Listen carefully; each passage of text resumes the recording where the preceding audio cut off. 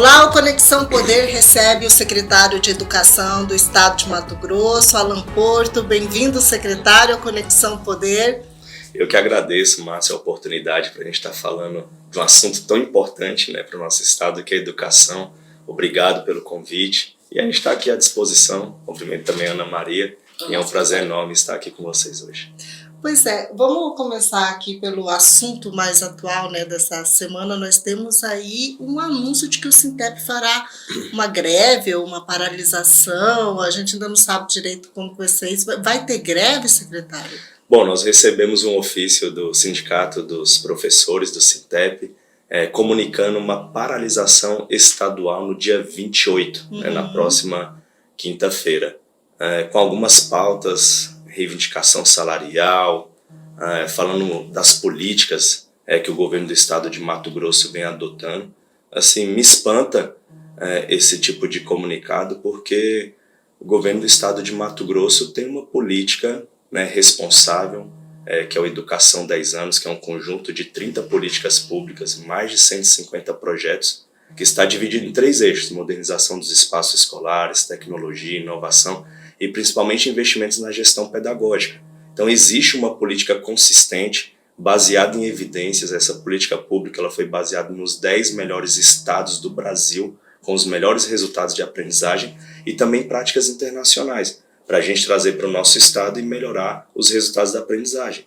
Vale lembrar que em 2019 nós éramos o 22º lugar em resultados de aprendizagem, melhoramos um pouquinho em 2021, fomos para o 19º, e nessa gestão agora do governo Mauro Mendes, para os próximos 4 anos, nós queremos chegar entre as 10 melhores educações do Brasil, e ao final do plano, que é 2032, nós estarmos entre as 5 melhores educações do Brasil. Então, investimento pesado na educação. Só para vocês terem uma ideia, no final do ano passado, o governo investiu 19% do orçamento da educação em melhorias de espaços, investimento na gestão pedagógica. Então, ou seja, as coisas estão acontecendo. Outro ponto que foi levado em consideração foi a questão salarial. Mas a questão salarial, se a gente for fazer uma avaliação, hoje um professor, 30 horas, ele ganha R$ 5.021. Se a gente for comparar com o piso dos professores estabelecido pelo governo federal, nós estamos 14% a mais. E se a gente for comparar com professores da rede privada, o salário do professor da rede estadual é 32% a mais. Então hoje, se a gente for comparar com os outros estados, nós somos o 3º melhor salário do Brasil. Sabemos que o professor é uma atividade super importante, mas o estado vem valorizando. Acabamos de publicar um decreto, o governador Mauro Mendes anunciou que os nossos professores e técnicos e apoios têm a chance de ter um 14º e um 15º salário de gratificação anual, baseado em resultados, baseado na eficiência, baseados em melhorias na aprendizagem. Nós temos 350 mil estudantes, 23 mil professores e 680 escolas. Se esses profissionais baterem a meta de aprendizagem, melhoria na aprendizagem do nosso estudante, assiduidade do professor, formação, diminuir a evasão escolar, cumprindo essas metas estabelecidas em decreto, ele tem a chance de ter um 14º e um 15º numa parcela única anual, que pode chegar até ser 2 salários. E 2 salários correspondem a R$10 mil. Então tem muitas ações acontecendo. Então eu não vejo nenhuma justificativa plausível por parte do Sintep de convocar uma paralisação estadual. Não faz sentido nenhum. Nós estamos com as nossas políticas públicas sendo executadas a todo vapor para melhorar a aprendizagem. Infelizmente, quem vai ter prejuízo com esse dia de paralisação são os nossos 350 mil estudantes que terão que repor esse dia de aula, infelizmente. Esse aumento que o senhor está falando, essa bonificação, digamos assim, do 14º, 15º, essa avaliação, ela será feita como? Por escola ou por professor, por profissional? Veja bem, dentro das nossas políticas públicas, a gente tem um sistema de avaliação que chama Avalia Mato Grosso. No início do ano é realizada uma avaliação diagnóstica, para a gente medir o nível de aprendizado de cada estudante. Então, se eu pegar o João do 6º ano, a Maria do 9º ano, eu tenho o diagnóstico da aprendizagem dela. E a cada bimestre, a gente realiza avaliações bimestrais. E no final do ano a gente realiza a avaliação somativa, que é a junção de todos os esforços dos professores e dos alunos, saber o que exatamente aprendeu. Então, se melhorou a aprendizagem, e a gente tem calibrado aí entre 15% a 20% de melhoria na aprendizagem, completa e atinge a meta de aprendizagem. Então, cada aluno vai ser avaliado. Escola por escola está sendo avaliada. A escola que conseguiu atingir os resultados de aprendizagem, os professores recebem essa gratificação, o técnico recebe apoio. Aí eu estou falando de merendeira, eu estou falando da equipe da limpeza, estou falando de técnico administrativo, coordenador de escola, secretário, ou seja, a escola inteira recebe aquela gratificação. Além da aprendizagem, o professor ele tem que cumprir a assiduidade, né? Assiduidade tem que estar todos os dias nas aulas, tem que cumprir a política de formação, 184 horas de formação durante todo o ano, e também diminuir a evasão escolar, ou seja, o professor tem que incentivar o aluno a ir para a escola. Por que o aluno está indo para a escola? Né, o modelo de aula é um modelo de aula interativo, é uma escola preparada para o nosso estudante do século XXI. Então, se ele está evadindo, a gestão da escola tem que entrar em contato com os pais, tem que acionar a rede de proteção. Então, tem lá um parâmetro de evasão escolar também que a gente busca diminuir. Cumprindo esses 4 parâmetros, a escola atinge os seus resultados, atinge as suas metas, e aquele profissional daquela escola tem a chance de receber uma gratificação de um 14º e um 15º salário. Isso é inovador. Não tem nenhum estado do Brasil fazendo esse tipo de política pública responsável e voltado para a melhoria da educação, como o estado de Mato Grosso está fazendo. Isso independente da RGA, né? Independente da RGA, né? A RGA está em dia, né? O estado pagou 100%. Digamos assim, quem não chegue, né? Quem não bata a meta. Aqueles que não batem a meta. Então, veja bem, tem os critérios de avaliação, né? Não é só bater a meta 100%. Se ele bateu 20% da meta, ele vai receber proporcional a 20%. Se ele bateu 40%, ele vai receber proporcional. Se ele foi 60%, proporcional. Então ele pode receber até 2 salários. Ele pode receber 1. Ele pode receber a metade de um salário. Vai depender do nível de esforço dos professores, do estudante naquela escola para determinar o valor. O que nós fizemos para facilitar a vida do professor? Nós publicamos no site da SEDUC um simulador. Então o professor entra lá, coloca lá a meta dele. Eu tenho 184 horas de formação. Se ele fez 50 horas de formação, aprendizagem, ele deveria melhorar 1 ponto. Melhorou meio ponto. Né? Ele calibra os 4 parâmetros e no final vai dar o valor. Ele pode ganhar até 10 mil e poucos reais, que corresponde a 2 salários. Mas se ele bateu parte dessa meta, ele pode receber 2 mil, 3 mil, 4 mil. Vai depender dos parâmetros ali das metas que ele atingiu. Ainda com relação à greve, os professores que aderirem à greve, né, eles correm o risco de ter o ponto cortado, passar por alguma punição? Bom, o ofício que nós recebemos do Sintep não fala de greve, fala de um dia de paralisação. Esse dia 28 de paralisação estadual, a comunidade escolar vai ter que repor esse dia. Então vai ter que encaixar dentro do calendário escolar, né, um sábado ali para repor aquele dia faltoso. Infelizmente, o maior prejudicado desse dia de paralisação é o próprio estudante. O Sintep ele sempre foi conhecido aí pelo, acho que o sindicato que sempre causou mais alvoroço, digamos assim, aqui em Mato Grosso, né? Mas a gente tem visto também, né, Ana? A gente até estava comentando que nos últimos anos aí as coisas parecem que estão mais apaziguadas, né? Estão mais calmas. Está mais apaziguada essa relação? E ainda qual seria a dificuldade, né, que ainda tem aí nessa relação?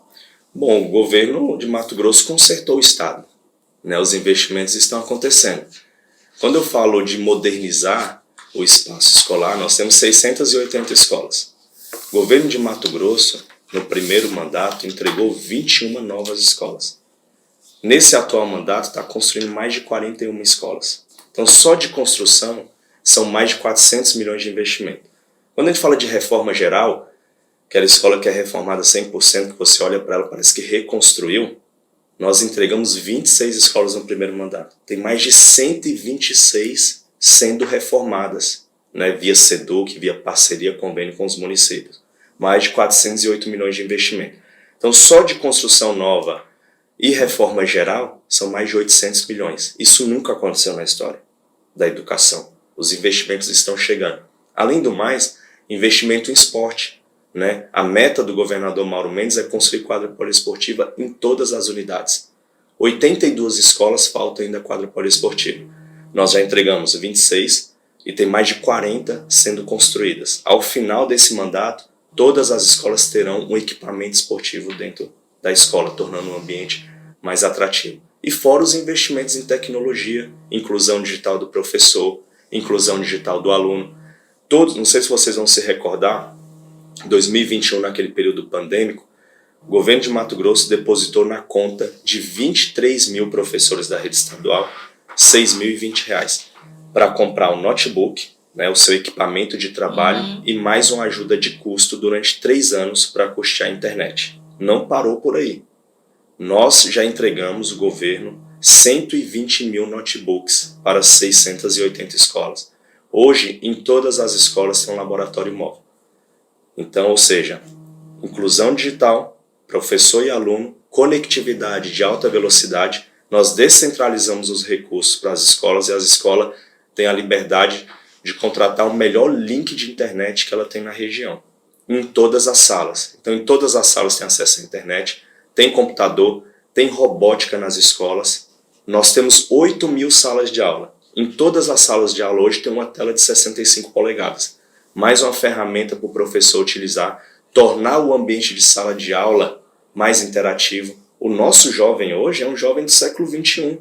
É um jovem que tem um smartphone na mão, que tem acesso a todas as informações.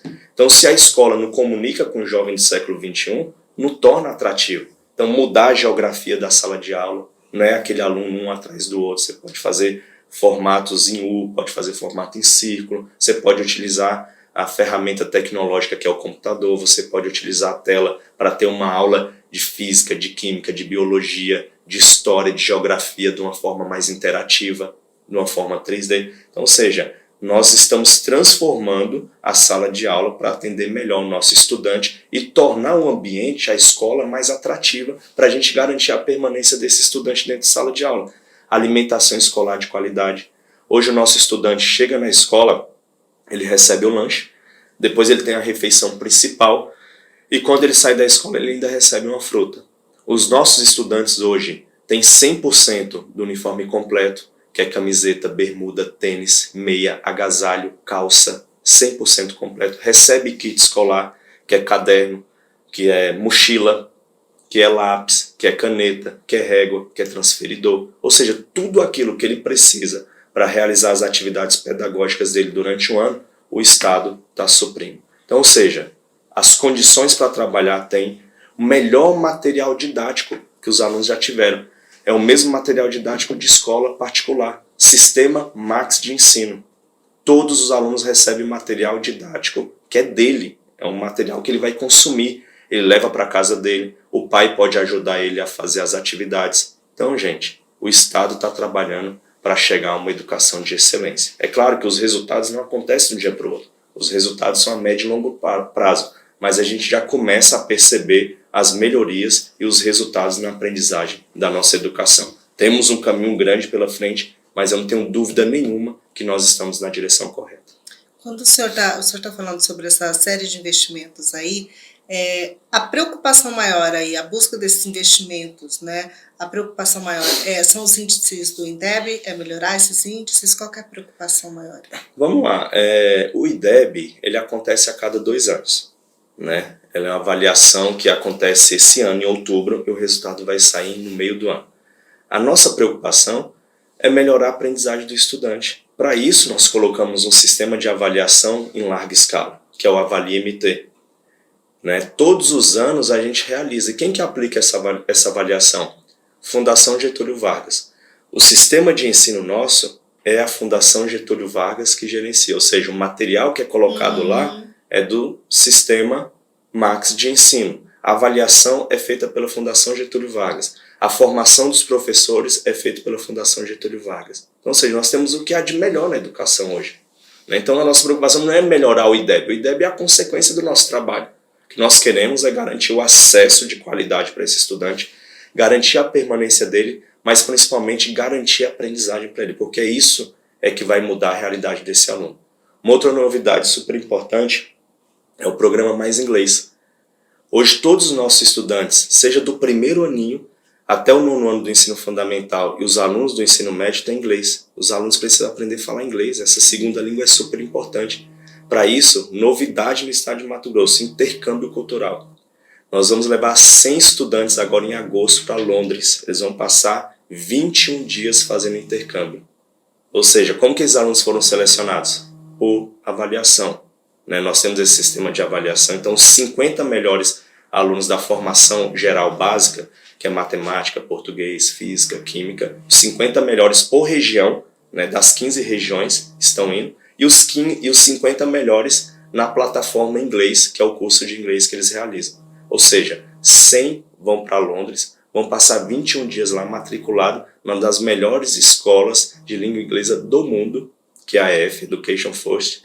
Eles vão ter a oportunidade de se conectar com outros jovens, se conectar com outros professores, conhecer um país completamente diferente do Brasil. Um sonho, né? Muitos desses estudantes, às vezes, nunca saíram da própria cidade deles, Sim, ou claro. nunca vieram à capital do estado.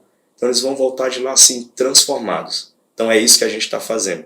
É garantindo que o dinheiro público, o dinheiro de impostos que é pago por todos nós, levar uma educação de qualidade. Porque somente com a educação é que a gente vai transformar as vidas. Somente com a educação é que a gente vai elevar o nível de qualidade de uma sociedade. E isso o governo tem feito.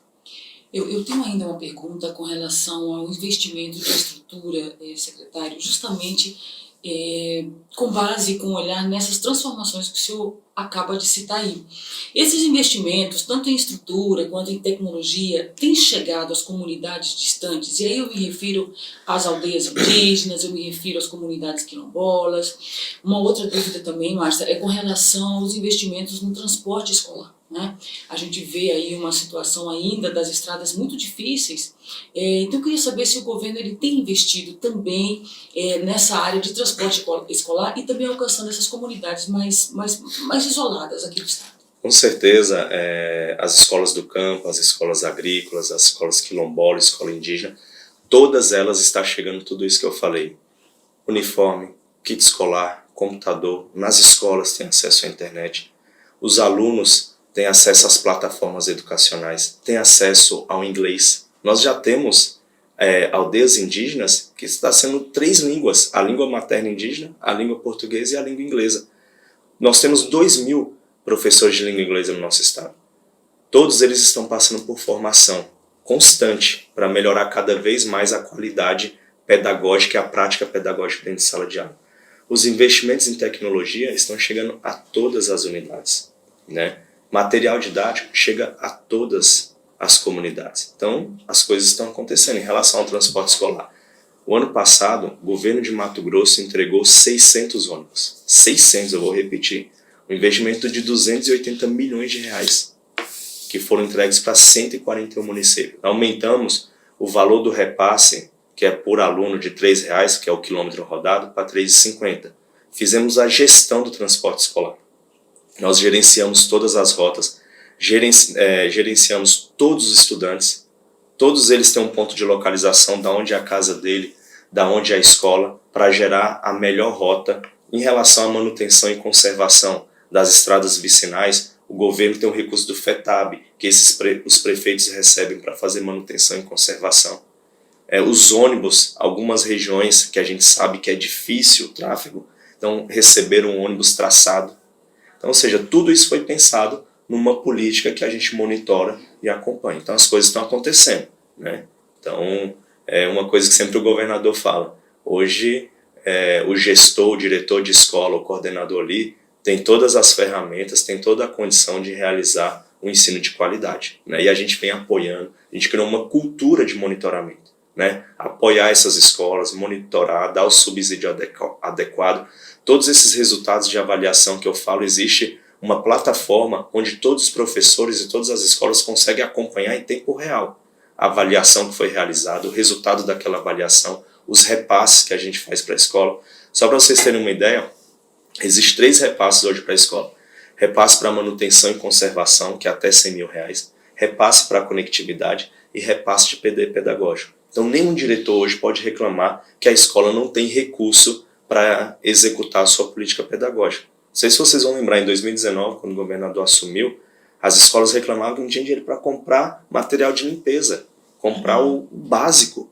Hoje as escolas não têm o que questionar, porque o recurso está na conta delas e elas não têm que mais ficar fazendo aquelas rifas, cotinha de professor para comprar papel, para comprar material escolar, para pagar aquilo, para fazer a sua manutenção básica, para parar o mato, para pintar a escola, para às vezes comprar ali uma fechadura, fazer uma manutenção de cobertura, trocar uma lâmpada. Então, os serviços básicos, a escola ela tem um recurso e ela consegue executar. Então, a educação ela vive um novo momento.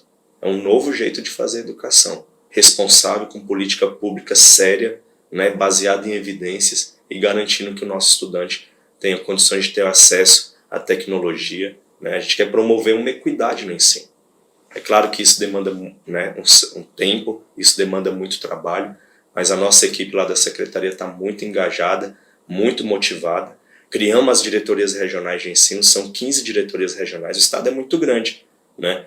Para eu chegar em todas as escolas e depender só da secretaria fica muito difícil, então nós criamos regionais.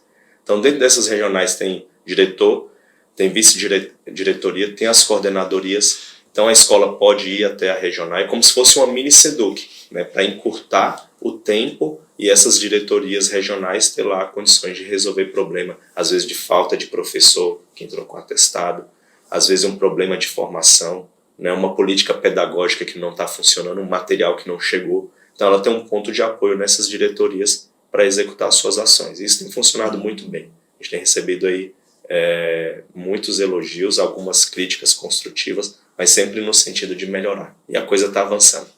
Secretário, a gente falando aqui de ensino, né, a gente sabe que a pandemia causou aí, né, digamos, um baque no ensino. A educação pública ela já vinha buscando suas melhorias, tal, já tinha suas dificuldades, um universo aí complexo, né? E veio a pandemia. A gente observa que com dados nacionais mesmo mostram que o índice aí aumentou o número de crianças não alfabetizadas, né? E teve um baque grande em todo o país.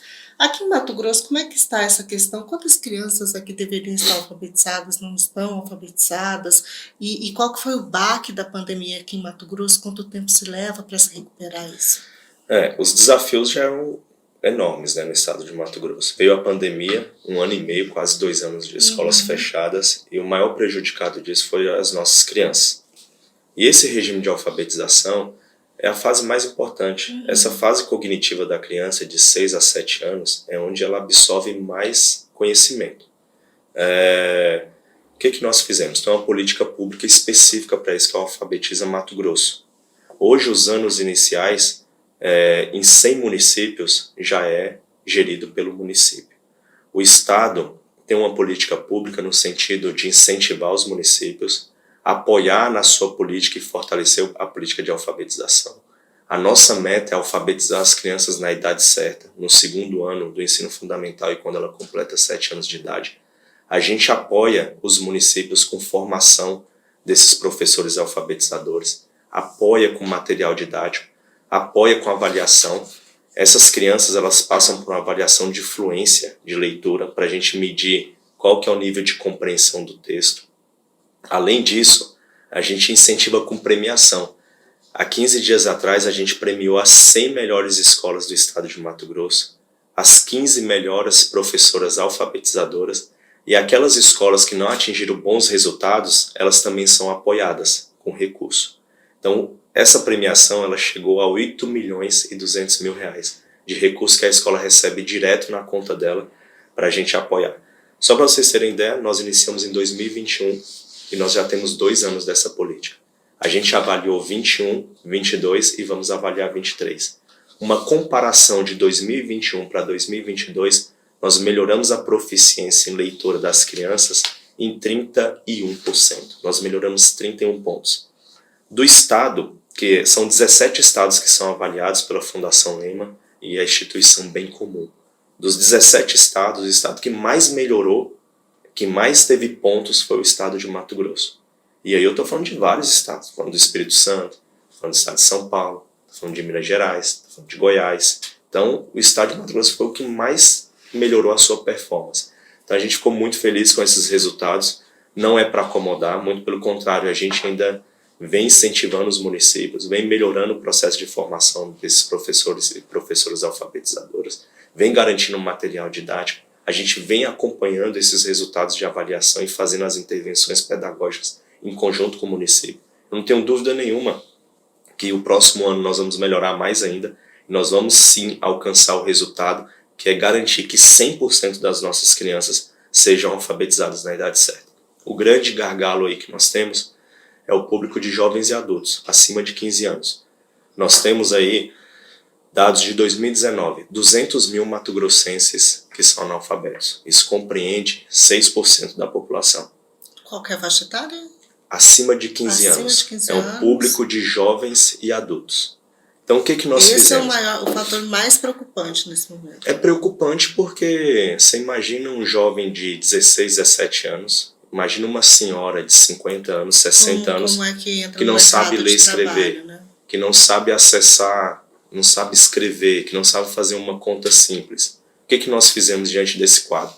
Programa chamado Mais MT Muxirum. Muxirum vem da linguagem tupi-guarani, que significa todos juntos, é um mutirão. Fizemos em regime de colaboração com todos os municípios. Hoje a gente está trabalhando com 126 municípios, onde a sala de aula pode ser o centro comunitário, pode ser a igreja, pode ser a escola. Lá no campo, pode ser dentro da casa daquele jovem ou daquela idosa. Formou uma turma de 7, 8 alunos, a gente coloca um professor alfabetizador, coloca um material didático e tudo aquilo que ele precisa para alfabetizar. Nós já chegamos, até o ano passado, a 55 mil jovens e adultos. Dos 200 mil, nós já formamos 55 mil. Esse ano nós estamos formando 23.500 em 126 municípios. A nossa meta é, ao final da gestão, né, nós começamos isso há 2 anos atrás, ao final da gestão chegar nos 200 mil mato-grossenses. É isso que nós queremos. Além disso, depois que ele é alfabetizado, ele tem a chance de continuar os seus estudos na modalidade ensino de jovens e adultos que acontece nas nossas unidades escolares. Se ele já é uma pessoa que já tem todas as competências e quiser fazer o exame certificador para ter acesso ao diploma de ensino médio, ele também pode fazer essa avaliação e, se ele, claro, atingir aquele resultado, ele tem um certificado do ensino médio e pode fazer sua graduação, pode inserir no mercado de trabalho, pode fazer um curso técnico. Né? Nós temos um novo ensino médio hoje que já tem 900 horas para ensino técnico e profissional nos 3 anos. Nós temos a CCTES, que também tem 16 escolas técnicas que ofertam vários cursos técnicos, que tem como foco incluir no mercado de trabalho. Então as políticas elas se conversam também. Então hoje só não estuda quem realmente não quer. Assim, a Márcia está na área ali do ensino e eu estou ali na área da infraestrutura. Porque, secretário, tem uma preocupação também relacionada à segurança das escolas, Márcia. Lembra que a gente viveu há um tempinho atrás, recente ainda, de ataques às escolas. Né? Isso gerou uma preocupação muito grande em todo o país. Tivemos algumas situações aqui também, em Mato Grosso, aqui na Baixada Cuiabana, em algumas cidades aqui do estado. Quais foram os investimentos na questão de segurança que o estado fez, secretário? Conversou-se ali sobre instalação de botão do pânico, enfim, foi uma situação que assustou e ainda deixa pais, professores e alunos ainda preocupados com relação a isso. Quais providências foram tomadas nesse aspecto? Bom, muitas providências foram tomadas. Tivemos aquelas cenas lamentáveis no estado de São Paulo, Espírito Santo, recentemente agora no Paraná. Então são cenas horríveis que infelizmente deixou a gente muito entristecido. Mas a gente não ficou nisso só vendo as coisas passarem na nossa frente. A gente tomou atitudes e tomou todas as providências. Primeiro, a gente divulgou protocolo emergencial com algumas medidas, como você falou, o botão do pânico, mas a gente começou a investir nas nossas escolas, na instalação de câmeras de monitoramento. Temos aí o programa Vigia Mais Mato Grosso, são mais de 5.500 câmeras que estão sendo instaladas. Começamos aqui em Cuiabá e Várzea Grande. São mais de 100 escolas que estão recebendo esses investimentos. Essas câmeras são monitoradas por uma central na SEDUC. Elas são conectadas à central de inteligência da Secretaria de Segurança Pública. Nós temos uma parceria com a inteligência da Polícia Civil, com a Polícia Militar, e graças a Deus, aqui no estado de Mato Grosso não aconteceu nenhum tipo de problema mais sério, mais grave, mas tivemos muitas ameaças. E a inteligência foi fundamental. Todo tipo de ameaça de rede social, de grupo de WhatsApp, a polícia conseguiu chegar antes, né? Então, ou seja, funcionou. E a gente continua esse trabalho intensivo em parceria com outras secretarias. Mas o que é importante de tudo isso? Nós temos um núcleo de mediação escolar, nós temos práticas preventivas e corretivas, nós temos parcerias com a rede de proteção, Conselho Tutelar, Ministério Público, Tribunal de Contas do Estado, Tribunal de Justiça, a MM. O que nós temos que fazer no ambiente escolar e na comunidade escolar é promover a cultura de paz. Para isso, a gente está formando muitos facilitadores em parceria com o Tribunal de Justiça. Nós estamos formando vários mediadores. Já existe um trabalho muito bom sendo realizado em Campo Verde, em Rondonópolis, nas escolas estaduais aqui de Cuiabá, Várzea Grande, Sinop, no sentido de promover a cultura de paz com professores, estudantes, pais, aquela conversa, aquele diálogo com técnicas, com metodologia, para entender o que aquela criança está passando, o que aquele jovem está passando. Pode ser bullying, pode ser cyberbullying, pode ser problema de racismo, pode ser problema econômico, pode ser problema de violência, pode ser problema de abuso sexual. Tem casos que você tem que acionar o Conselho Tutelar, tem casos que você tem que acionar a delegacia, tem casos que você tem que chamar o pai, conversar, entender por que aquele aluno está evadindo. Tem que entender no ambiente escolar, dentro de sala de aula, se aquele aluno está sofrendo algum bullying, qual o tipo de violência que ele está ali naquele meio, e procurar tomar as providências. Por isso que tem esse círculo, construção de paz, que é no formato de um círculo, o diálogo acontece com os professores, com os alunos. Dentro das diretorias regionais de ensino, nós temos psicólogos, assistente social que aplica essas metodologias em conjunto com esses facilitadores, e a gente começa a entender qual que é o problema. Tem problema de ansiedade, problema de depressão, problema de automutilação. A gente está falando de 350 mil alunos. Uma rede de 25 mil professores, mais técnico e apoio. Nós temos 35 mil servidores no total. Então são muitos problemas, inclusive decorrentes da própria pandemia. Então as ações estão sendo tomadas e a rede de proteção está sendo acionada naquele momento que precisa ser acionada. E é claro, nas medidas corretivas, que a ameaça que nós tivemos, aquela onda, aí tem um trabalho de polícia, de investigação, e nós atuamos, não passamos a mão na cabeça. Ameaças que foram concretizadas, que foram ameaçadas ali, a polícia interviu, foi aberto boletim de ocorrência, né? Teve casos aí de alunos, né, que foram presos, teve casos de famílias que foram acionadas, e a gente está trabalhando. E essas câmeras de monitoramento ajudam a gente na segurança da escola. Esses dias a gente teve um furto na escola Eliane de Gigove, que fica aqui no bairro Bela Vista. 2 jovens entraram dentro da escola e levou a bicicleta de um aluno. 1 hora depois a polícia recuperou. Então isso é muito importante para manter o patrimônio. Às vezes, se acontecer algum caso de furto, depredação do patrimônio público, aquela câmera registra e rapidamente aciona a polícia militar. E ali naquela região, o batalhão de polícia, ela pode ser acionada rapidamente. Os botões de pânico também estão funcionando? Funcionando. Os diretores foram cadastrados. Qualquer problema que acontece ali, ele pode acionar o botão do pânico. Já na primeira central ali daquela região já é acionado. Então está funcionando. Graças a Deus aqui em Cuiabá, em Mato Grosso, né, nas regiões da Baixada Cuiabana, não tivemos nenhum problema em relação a casos concretos. Secretário, a gente vem acompanhando aí o trabalho do governo do estado nessa questão das escolas militares, né, implantação de escolas militares. E o governo tinha até um planejamento de dobrar o número de escolas militares em 3 anos. Como é que fica esse planejamento com o governo Lula, já que o governo Lula se coloca contrário? É independente? Vamos lá. Hoje tem 3 modalidades de escola militar. A modalidade que é com o governo federal é a escola cívico-militar. Só tem uma no estado de Mato Grosso, que fica em Cáceres.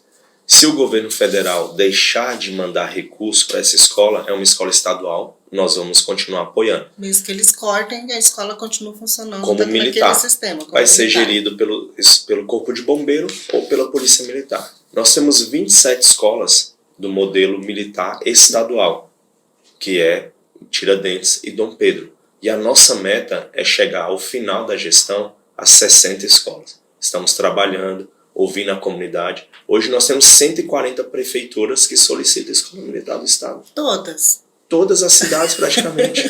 Todas. São escolas com bons resultados. Não é a escola militar que vai resolver o problema da educação do estado, mas é uma modalidade. Como a gente tem a modalidade da escola militar, nós temos a modalidade da escola de tempo integral, que são 80 escolas no estado de Mato Grosso. Nós temos as escolas vocacionadas para o esporte, que é o caso da Escola Arena aqui em Cuiabá. Temos uma escola Clênia Rosalina, que fica no bairro Planalto. Nós temos uma escola de Rondonópolis, que é uma escola Dom Pedro, vocacionada para o esporte. Nós temos 3 escolas vocacionadas para línguas. Então, tem as escolas vocacionadas. Então, são várias modalidades. Com isso, o que nós queremos? Gerar equidade. Nós queremos que todas as escolas do estado de Mato Grosso cheguem num patamar de ensino que seja o ideal. Né? Eu acho que os pais, a preferência deve ser por ensino integral, né? Porque a criança já fica ali o dia todo garantido ali que ele está realmente tá em segurança e está aprendendo. Eu acho que deve ser essa a preferência. O ano passado nós tínhamos 40 escolas e esse ano nós dobramos. Nós somos 80 escolas. De ensino integral. Mas tem um detalhe. No ensino médio, tem muitos estudantes que no contraturno trabalham. Então, teria que ser só para os alunos mais novos. Né? Então assim, às vezes a gente pode pensar a procura é muito grande, mas em algumas regiões não. Em algumas regiões a gente ainda faz a busca ativa, a gente faz um trabalho de divulgação naquela comunidade porque a gente tem vaga. Porque boa parte desses estudantes no contraturno trabalham 6 horas, 4 horas, né?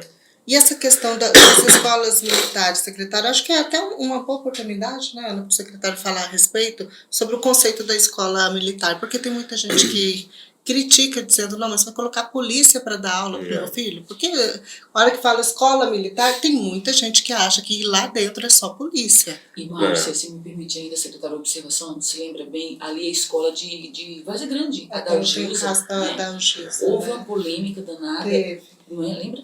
E os questionamentos foram justamente nesse sentido. Essa é a narrativa que é colocada. Né? Como que funciona? Para a gente transformar uma escola ou abrir uma escola militar, a gente ouve a comunidade. No caso da Dalgisa, nós tentamos por 2 vezes fazer a audiência. Infelizmente, por alguns problemas que é de conhecimento de todos aí, não teve condição nem de realizar a audiência. Né? O sindicato entrou lá, fez toda aquela bagunça na audiência, a gente não conseguiu nem ouvir os pais, nem ouvir os estudantes. Toda escola militar, quando vai ser transformada, a gente faz uma audiência pública. Nunca tivemos esse caso como tivemos no caso da Dalgisa. Então quem decide é a comunidade, esse é o primeiro passo. Vamos lá, para a parte pedagógica da escola militar. Não muda. A matriz curricular é a mesma. Os professores são os mesmos da nossa rede. O recurso que vai para uma escola militar é o mesmo de uma escola regular. É o mesmo de uma escola vocacionada para o esporte. Ela recebe o mesmo valor, porque ele é em relação à quantidade de alunos e o tamanho da escola. O que muda é a gestão. Lá a gestão tem um diretor que é militar, tem o apoio do diretor, tem o apoio do coordenador, tem os auxiliares, tem o regimento da própria escola Tiradentes, que tem algumas regrinhas, tem algumas advertências. Então tem esse regramento. E o que a gente vê na prática é funcionando. Só para vocês terem uma ideia, o melhor IDEB do Brasil hoje é no estado do Paraná, 4.6. É o IDEB baixo, concorda? É o IDEB baixo. A gente tem que ter um IDEB de 6 no mínimo, né? Então você pega o IDEB do ensino médio hoje, o melhor é o 4.6. Das nossas escolas, a média de IDEB é 5.4 da escola militar. Da escola militar. Então você vê que ele está acima do melhor IDEB do Brasil. E o segredo seria qual? O segredo é que o que a gente percebe que as escolas e as salas de aula, as aulas acontecem seus 50 minutos. O material didático ele é 100% aplicável. O laboratório de aprendizagem, as aulas de reforço funcionam, né? Se faltou aula, tem advertência. Todas as reuniões de pais e mestres, os pais têm que ir. Tem regra. Tem regra. Se não for, tem que justificar. né? Pode acontecer até do aluno ser suspenso na escola, se faltar muito. Então, estão cumprindo as regras. O que nós queremos nas escolas regulares? Que as regras também sejam cumpridas. Por isso que a gente vem fortalecendo o processo da gestão escolar. Hoje, para ser diretor escolar, não é mais eleição, é processo seletivo. Hoje, para a escolha de professor temporário, é processo seletivo com prova objetiva, com prova discursiva. Ou seja, o desenvolvimento profissional do professor trabalhar na formação continuada está acontecendo. Sistema de avaliação, material didático. Então, todas as pontas que precisa para melhorar a aprendizagem dos estudantes está acontecendo dentro das escolas. É claro que numa escala muito maior, a gente está falando de 680 escolas. Então, com isso, a gente quer elevar os resultados de aprendizagem nesses próximos 3 anos e meio que falta da gestão Mauro Mendes e colocar o estado de Mato Grosso entre as 10 melhores educações do Brasil. E ao final desse plano, Educação 10 anos, a 2032, está entre as 5 melhores. É possível fazer. A gente está muito confiante nessa direção, porque as práticas pedagógicas que a gente está colocando dentro de sala de aula são práticas que já foram testadas e que já são reconhecidas pelos seus resultados, tem evidências. Então, quando a gente foi desenhar a política, não foi da cabeça do secretário Alain, foi de todo um conjunto de profissionais da educação, de estudantes, né, de especialistas da educação, do nosso time da secretaria, e práticas que já foram testadas e aprovadas e reconhecidas pelas suas evidências dentro do Brasil e fora do Brasil. Então a gente tem uma política pública voltada para melhorar os resultados de aprendizagem desses estudantes. A gente tem acompanhado que o Sintep ele sempre se manifesta contrário a essa modalidade das escolas militares. Na sua opinião, por que o Sintep se posiciona sempre contrário? É questão de comando, que eles querem manter, manter o comando? É questão de influência? Qual que é a questão? Hoje nunca ficou claro para mim o porquê o Sintep se manifesta contra. Porque qual que é o objetivo de uma escola? Atender da melhor forma quem? Quem são os nossos principais clientes? Os nossos estudantes. Então os nossos estudantes são bem atendidos. Eles têm um resultado de aprendizagem. Eles gostam daquela escola. Então, até hoje eu não consegui compreender o porquê que o sindicato não gosta dessas escolas. Já ouvi algumas mentiras aí, falando que dentro de sala de aula é policial militar. Mentira. É professor da nossa rede. Material didático. Já ouvi dizer aí que o material didático é para formar e trabalhar com uma escola militarizada. Mentira. O mesmo material didático da escola regular é o mesmo que tem na escola militar. O sistema de avaliação não é diferente. É o mesmo sistema de avaliação que a gente coloca nas nossas escolas regulares. O professor é o mesmo. É da nossa rede, são professores efetivos. O coordenador pedagógico é o mesmo. O secretário escolar é o mesmo. Então, assim, até hoje eu não consegui entender e compreender por que o sindicato é contra. Só me leva a crer que o sindicato é contra a gestão, fazer gestão por resultado. Me leva a crer que o sindicato ele é contra regras, não gosta de cumprir regra. Nunca falou isso, mas dá a entender que seja isso. E com relação à influência? Dentro das escolas militares, o sindicato tem a mesma influência das escolas que não são militares? Não, na realidade, eu não vejo influência do sindicato nas escolas. O sindicato ele tem como atribuição trabalhar para melhorar as condições de trabalho dos professores, se tiver algum problema, questionar, participar. Esse é o trabalho do sindicato. Agora, ele não é o trabalho ele influenciar a escola. Quem gere a política pública e quem é responsável por executar essa política pública é a Secretaria de Estado de Educação. Então, quem induz, quem influencia, quem emite portaria, quem regulamenta, quem cobra resultado, quem avalia, é a Secretaria de Estado de Educação e não o sindicato. Mas eu tenho uma pergunta, mas antes de ir para ela, ainda reforçando essa da Márcia, secretária, é bem pertinente esse questionamento, de fato, porque a gente percebe que o Sintep ele tem, haja vista no Adalgisa, né? Ali foi ele, uma baderna. Ele teve a voz ali, ele teve voz ali dentro. Usou a palavra certa, foi uma baderna. Foi uma baderna, né? Foi uma baderna, infelizmente. Um exemplo de péssima, né? Má educação ali, né? Tanto é que alguns ali teve nada de educação. Nada de educação. E a pergunta que a gente faz, ainda eu vou até reforçar essa da Márcia, será que se fosse uma escola militar aquilo teria acontecido? Não, mas tinha policiais militares, né? Vocês viram lá o caso de uma professora que quase foi às vias de fato um policial. E ele teve ali, né, teve um controle, né, que poucos imenso, teriam, né? Poucos têm, né? Poucos têm. Mas assim, a gente tem convicção de que a gente está na direção correta. Tem alguns professores que são sindicalizados, né? E alguns não concordam com a política, né? A gente está falando com a política pública. A gente está falando de 23 mil professores. Ao todo são 35 mil profissionais da educação. Então vai ter um pessoal que também não vai concordar com nada, né? Se a gente pode fazer tudo, pode fazer o melhor de tudo, que ainda vão ter alguns que vão discordar. Pois é, por falar em discordância, a gente tem aí a questão do ensino médio, que tem levantado muitos questionamentos. Algumas pessoas têm a gente vê algumas situações onde há movimentos contrários à implantação do novo ensino médio, outros favoráveis. A gente queria saber do senhor como que está a implantação dessa modalidade aqui no estado. Vamos lá. O novo ensino médio, o novo ensino médio, a gente já começou a implementar ele, né? No ano passado foi o primeiro ano do ensino médio, esse ano o segundo ano. E ano que vem a gente fecha o ciclo e todos os estudantes do ensino médio vão estar dentro da proposta do novo ensino médio. O que mudou? Saiu de 2.400 horas e foi para 3.000 horas. Nós aumentamos a carga horária. A formação básica ficou com 600 horas. E a EPT, que a gente fala Educação Técnico Profissional, e os itinerários formativos, 400 horas. Então aumentou de 800 horas ano para 1.000 horas. Então nós contratamos mais professor, entrou o projeto de vida, entrou o protagonismo juvenil, entrou o ensino técnico profissional. Vocês sabiam hoje que o estado de Mato Grosso utiliza os 11 polos do Senai? Senai é referência, né, na formação profissional. E tem laboratórios maravilhosos em 11 cidades do estado de Mato Grosso. Hoje nós temos 8.000 alunos matriculados no contraturno no Senai.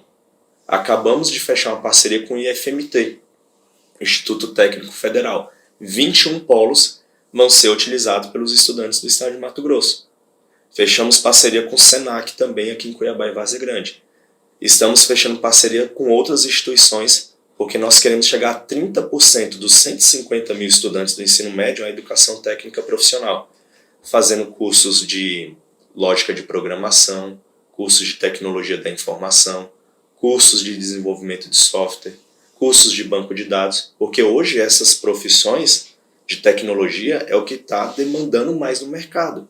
Mas não só isso, em indústria, em robótica, né, em logística, em produção. Então tudo o que o mercado demanda, e a gente fez um levantamento do mapa do emprego no estado de Mato Grosso, e a gente sabe por região qual que é a demanda de profissão que tem naquela região de mão de obra. Então a gente vem trabalhando o nosso currículo com base nesse mapa do emprego. Então o novo ensino médio, ele veio para aumentar a carga horária, ele veio para colocar a educação técnica profissional. Precisa fazer alguns ajustes? Claro que precisa. Como toda política, a gente está na fase de implementação. Então, existem algumas pessoas que defendem a revogação do ensino médio, do novo ensino médio. Eu acho que não é o caminho.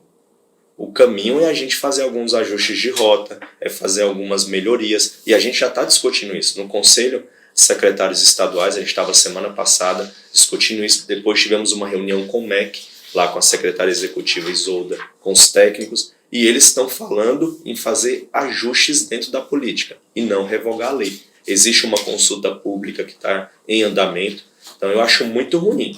Se a gente revogar essa lei, significa deixar professor desempregado. Porque você vai sair de 3.000 horas de contratado para 2.400 horas. Então tem que diminuir professor, tem que tirar o projeto de vida, tem que tirar a educação técnica profissional, tem que tirar o protagonismo juvenil desses jovens. Os professores também já estão concursados. Não, professor temporário. São temporários. Então seria uma baixa muito grande. Imagina, você tem 800 horas ano. Aumentou 200. 200 horas, calcula aí quantos professores. Então, se revoga o novo ensino médio, volta como antes e tem que demitir professor. É sensato essa política? Não é sensato. Então eu defendo fazer alguns esses ajustes. Cursos que são E tira a educação técnica profissional. Que é primordial para muita gente, Claro. É primordial para entrar no mercado de trabalho. Com certeza. Então tem que fazer alguns ajustes, concordo, tem que fazer alguns ajustes. Podemos pensar em aumentar a carga horária da formação básica geral? Podemos fazer esse ajuste dentro das 3.000 horas que o aluno tem disponível nos 3 anos. Então, eu defendo sim fazer alguns ajustes, não a revogação. Falando ainda só para a gente concluir aqui, secretário, essa questão polêmica, a Ana falou aí do ensino médio, e eu me lembrei dessa discussão que tem aí nacionalmente em relação ao uso da linguagem neutra. Né? Aqui em Mato Grosso, até os deputados já discutiram isso, olha, não pode ter uso da linguagem neutra. Já foi aprovada uma lei, né? Já foi aprovada uma lei aqui, vários estados vêm discutindo isso. Qual que é a sua opinião a respeito da linguagem neutra? É assassinato aí da língua portuguesa? Ela vai pegar, ela não vai pegar? Não, o que o senhor diz? A gente até tem uma lei aprovada na Assembleia, onde proíbe a linguagem neutra, a questão ideológica, ideologia de gênero. Então a gente cumpre a lei. Né? Eu estou muito mais preocupado em discutir os resultados de alfabetização, melhorar o ensino médio, trabalhar em escolas atrativas, do que colocar e discutir linguagem neutra dentro das escolas. Esse não é o caminho. Os estados não estão indo nessa direção. Muito pelo contrário, a minha preocupação é em alfabetizar a criança na idade certa. É isso que a gente está preocupado. A gente já tem toda essa dificuldade para conseguir, né, alfabetizar a criança na idade certa e ainda ter que ensinar para a criança ser todes, todas ou todos. Acho que seria mais complicado ainda, né? Com certeza. Não ficaria fácil para o coitado do professor. De jeito nenhum. Na minha opinião, eu sou totalmente contra. Né? Mas o tal do todes, para mim, não existe. Não tem como. Não tem como. Português, já a dificuldade que está, né, para sair, recuperar esse prejuízo da pandemia. Nossa proficiência de língua portuguesa, né? Já é uma, né, a língua portuguesa é complexa, tem cheio de regras, né? É difícil. Coitado da criança está ali aprendendo. Enfim, Ana, satisfeita na inquisição do secretário? Eu tenho só se você me permite, Márcia, só uma última pergunta que é relacionada ao ensino privado, o ensino superior. Como é que o senhor avalia o futuro do ensino superior aqui no até uma discussão que a gente tem hoje. Geral, a gente cuida da educação básica, né? A gente cuida ali do ensino fundamental e do ensino médio. Mas temos que melhorar os nossos cursos, né? Esse EAD não dá. Né? Não sei quem defende. Para que a odontologia possa ser ensinada à distância. Nós até eu vou dar um exemplo no que está dentro da nossa seara. Professor de licenciatura. Hoje 70% dos nossos professores, a formação inicial, são formados em escolas, universidades particulares. Né? Então, assim, 60% do currículo é EAD. O estágio supervisionado é muito ruim, às 400 horas. Então existe uma pressão por parte de nós secretários, tá, de todos os estados brasileiros, junto ao MEC, que nós precisamos melhorar a formação básica dos nossos professores. Então daqui a pouco nós não teremos mais professores de licenciatura, não teremos mais professores alfabetizadores, não teremos mais professores de física, química. A formação inicial está muito ruim.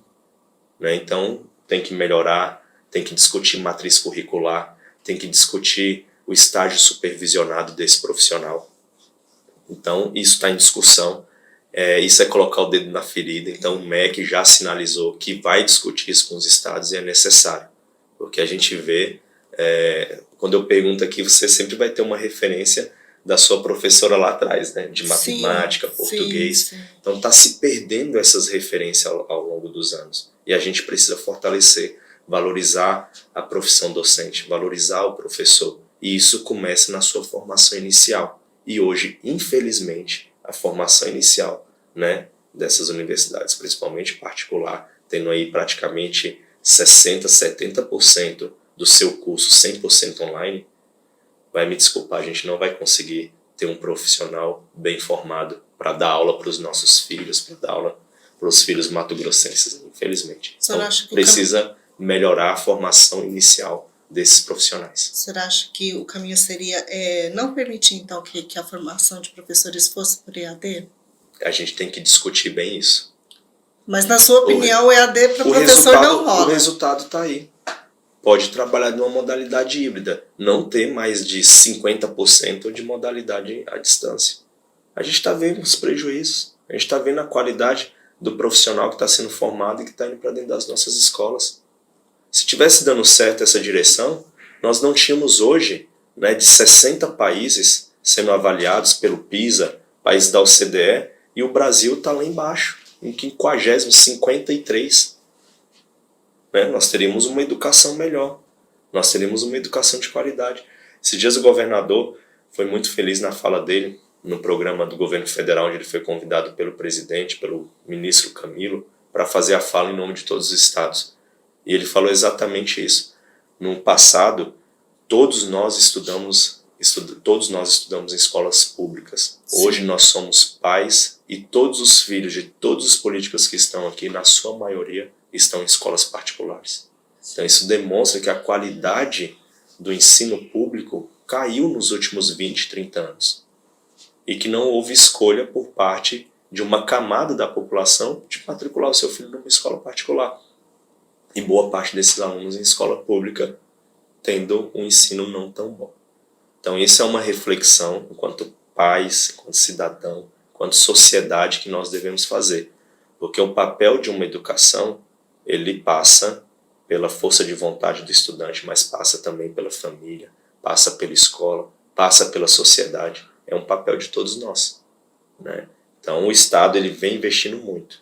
Nunca se investiu tanto da forma que está sendo investido nas nossas escolas. Como eu falei de dados, falei de números, falei de ações, falei de práticas que a gente está fazendo.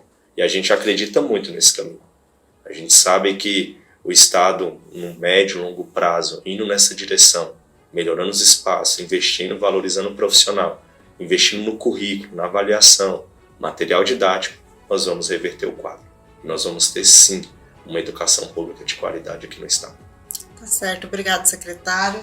Obrigada, Ana. Satisfeita agora na Sim, obrigada, Fica Márcia. o presente do Conexão Poder para o senhor. Se tiver mais alguma coisa que o senhor gostaria de estar colocando aí, a gente não falou a respeito, que seja importante, fica espaço aberto também. Bom, quero agradecer pelo presente.